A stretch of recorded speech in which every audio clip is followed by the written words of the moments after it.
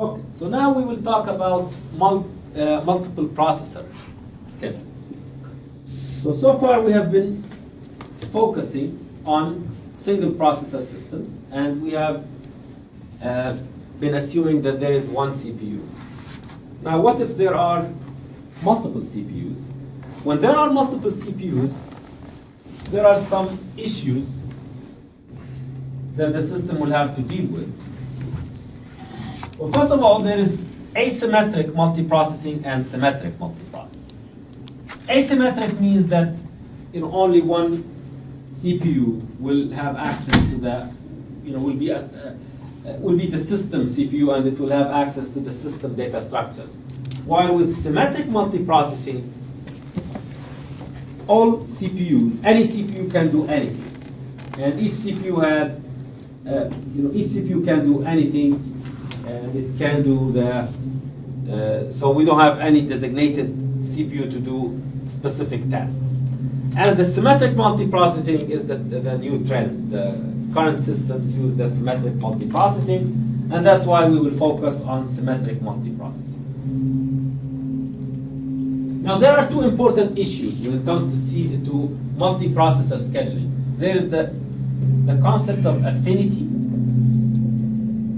and the concept of load balancing.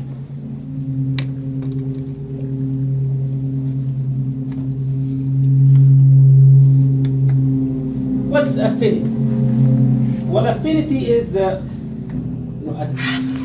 attaching a certain process to a specific CPU.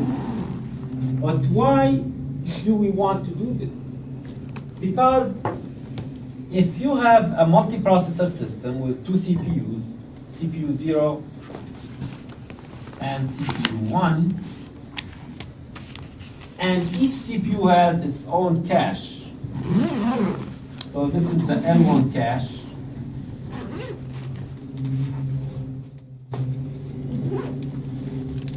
And this is the main memory. So main memory is shared. Now, let's say the system scheduled process number 1 to execute on CPU 0. Now, when process number 1 starts executing on CPU 0,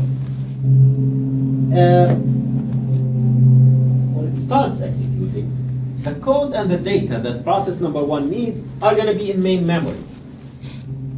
So this is somewhere in main memory we'll have the code and the data for process number 1, but none of this data and code will be in L1 cache. As the process starts executing, it will be accessing its own code and data, and if it's in main memory and it's not in the cache, it will get loaded into the cache. So who will load it into the cache? Who loads from main memory to cache? Is it the hardware or the OS? Hardware. That's hardware. So the OS doesn't control that. Remember in the earlier lectures, caching is something that is controlled by the hardware. So the OS cannot say load this into the cache or load that. So, but as a process starts accessing certain code or certain locations in memory or cache lines, these will get loaded into the cache. So now, over time, the process will have most of the code and the data that it needs loaded in the cache. So the process will be executing faster. So when the process first started and nothing was loaded in the cache, that was what we call a cold start. So first we have a cold start, then as the process loads the data and the code, the cache will get populated and the process will be executing faster.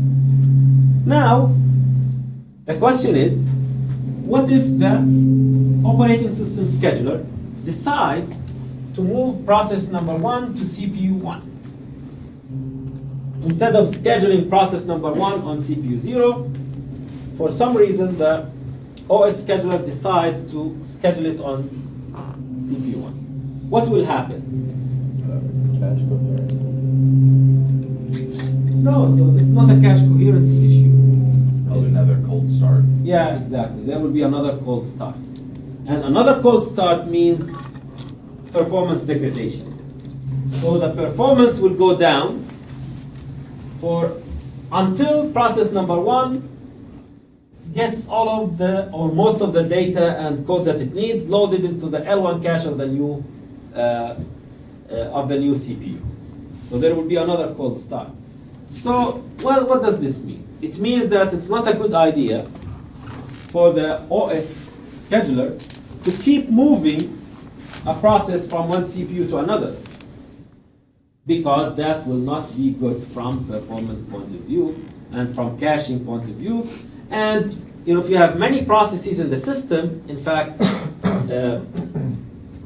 if you have, say, 5 processes on this CPU, this L1 cache is limited. So with 5 processes executing on the same CPU, this cache may not be enough for all the processes that are running on that CPU, and then there will be lots of cache misses. And the cache miss is not is a very bad thing from performance point of view. Okay, so we would like to, ideally, if you have a number of processes, you would like to put them on different CPUs and to keep each process on the same CPU.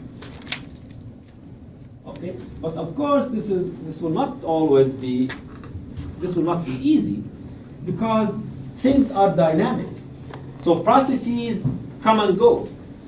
There are shorter processes that terminate, and the system will have to, may have to rebalance the system. So that's what we call, rebalancing. So if, say, the system has processes P1, P2, and P3 on CPU 0, and P4, P5, P6 on CPU 1, and the system is balanced. So we assume that these processes have about the same load, and the system is balanced. But all of a sudden, maybe processes 5 and 6 may terminate. And when processes 5 and 6 terminate, now the system is out of balance, right? So the scheduler will need to rebalance the system. Rebalancing the system by, there are 2 operations in rebalancing the system. There is the push migration and the pull migration. So pushing means detecting that a certain CPU is underutilized and pushing some processes into that CPU that is underutilized. Pulling means detecting that one CPU is overloaded and pulling some processes from an overloaded process and pushing them into an underutilized CPU. Okay? So there is a push migration and a pull migration to readjust or to rebalance the system. Now the big question is, how does load balancing interact with affinity? So do they go together, or they tend to conflict with each other? Conflict. Yeah, so there is a conflict. There is a conflict. The fundamental concept here is that affinity and load balance conflict with each other. Because when you do something like this, 5 and 6 terminated, and I need to rebalance the system. So rebalancing the system here in this simple example means I need to take one of these processes and put it on CPU 1. So if I take this process 3 and put it on CPU 1, what will happen? P3 will have a cold start, and the performance of P3 will suffer. So there is a conflict between between affinity and load balancing. The system will try to keep processes on the same CPU, but sometimes it must move processes. So that's why some systems do not move processes around until the system is severely unbalanced, or the degree of imbalance in the system exceeds a certain threshold. So if if I have 60% of the load here and 40% of the load here, then this may not be too bad. So it may not justify moving processes around, because it's not perfectly balanced, but it's not too bad. While if you have 90-10,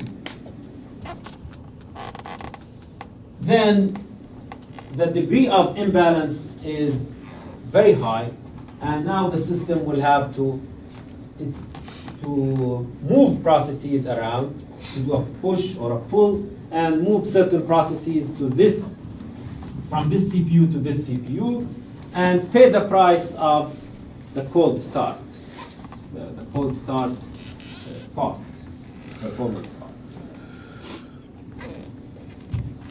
Okay. So affinity is, systems usually allow users to set the affinity of certain processes, and there is soft affinity and hard affinity. So soft affinity is basically telling the system that I prefer this process to be run on this CPU or on these CPUs. So it can be either one CPU or a subset of the CPU. While hard affinity is something that is implemented by a system called like SCAD, set affinity. You tell the system that I want this process to be run on CPU 0 and CPU 1 only. And any other CPU should not be considered for this process. So if you have 6 other CPUs, you're requiring the system to schedule this process either on CPU 0 or CPU 1. And so this is what we mean by hard affinity. So there are, even on Windows, if you look at your task manager, and if you click on a process, you will see an option for the affinity of that, to set the affinity of that process. And by default, you will see that the affinity is all the CPUs in the system. So basically no affinity. It's like you are allowing the system to put the process on any CPU by default. If you can check that on your Windows. Okay. So now we have the concept of multi-core processes or processors. So from scheduling point of view, the scheduler doesn't care whether the different CPUs that it has are on the same chip or on different chips. When we say multi-core, we mean multiple CPUs on the same chip. So in a multi-core system, these CPUs will be physically on one chip, right? And from operating system point of view, this doesn't make a difference from scheduling point of view. The system, all what the system cares about is how many CPUs there are. Okay. Now, in modern systems, some of the this is not very new. In fact, the concept has been around for over like 2 decades.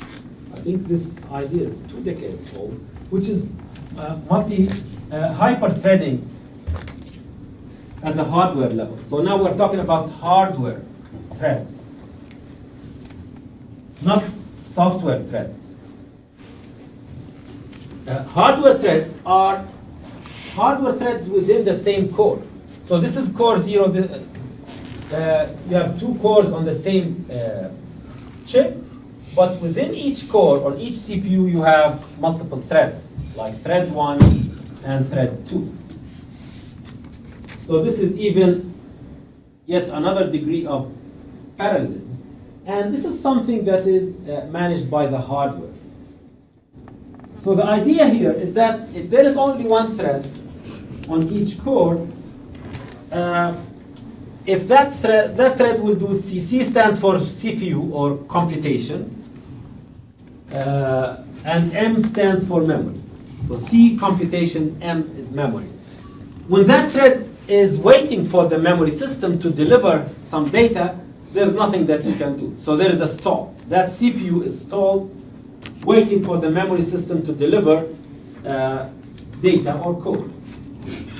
But if you have multiple threads, the hardware will have the flexibility. If you have two threads on the same CPU, then the hardware will have the flexibility of giving the CPU to one thread while another thread is waiting for the memory system.